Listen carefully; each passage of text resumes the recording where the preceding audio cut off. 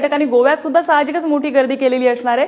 तिथे या वर्षाचा अखेरचा सूर्यास्त पाहण्यासाठी पर्यटकांमध्ये कसं वातावरण आहे?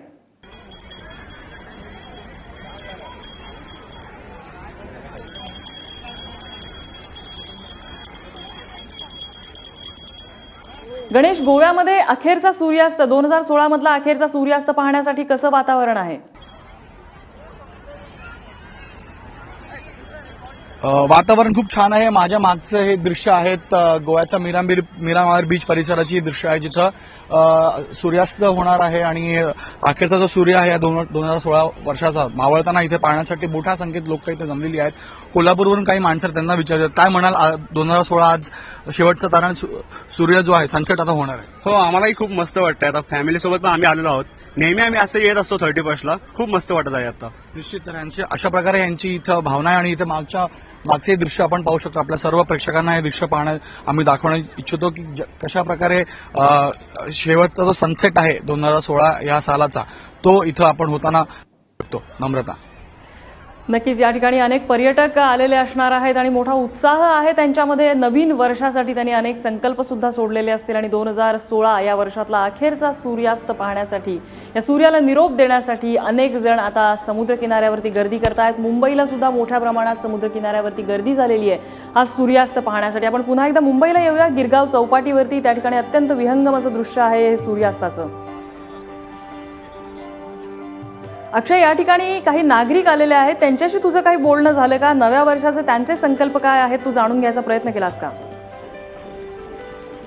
या ठिकाणी अनेक लोक आलेली आहेत। म्हणजे अगदी काही वेळापूर्वी बोललो ते जम्मू काश्मीरवरून या ठिकाणी लोक आलेले आहेत आणि जम्मूचे लोक देखील या ठिकाणी यासाठी आलेले आहेत की त्यांनी कधी सूर्यास्त, समुद्रात जो सूर्यास्त होतो तो कधी बघितला नव्हता। त्यांच्या घरच्या लोकांना सगळ्यांना सुट्टी होती, त्यामुळे ते अख्खा एक परिवार या ठिकाणी आलाय आणि पहिल्यांदाच त्यांनी हा सूर्यास्त बघितलाय।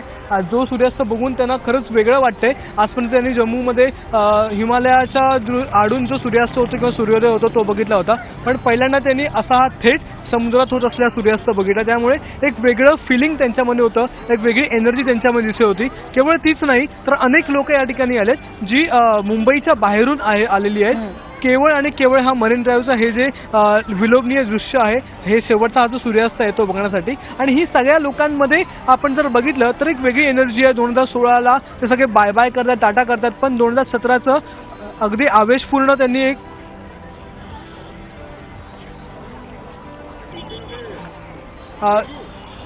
अनेक लोक या ठिकाणी जी आलेली आहेत ती आपण बघतोच आहे।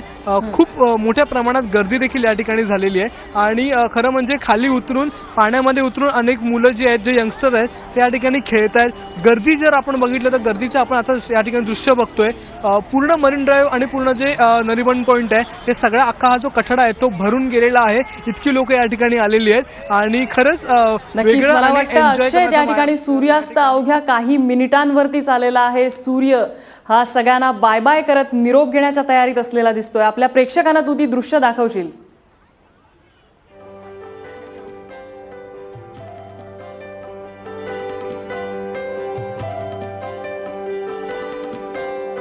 तर 2016 मधलं हे अखेरचं सूर्यदर्शन, 2016 हे अनेक अर्थी वर्ष, हे अनेक घडामोडींचं राहिलं। नोटाबंदी ही यामधली एक सगळ्यात मोठी घडामोड होती। गोव्याची आणि मुंबईतली ही दृश्य पाहतोय। अनेक अडचणींचा सामना सामान्य नागरिकांना करायला लागला आणि त्याच अडचणींवरती मात करून आता नव्या उमेदीनं नव्या वर्षासाठी सर्वच जण तयार झालेले आहेत आणि या सूर्याला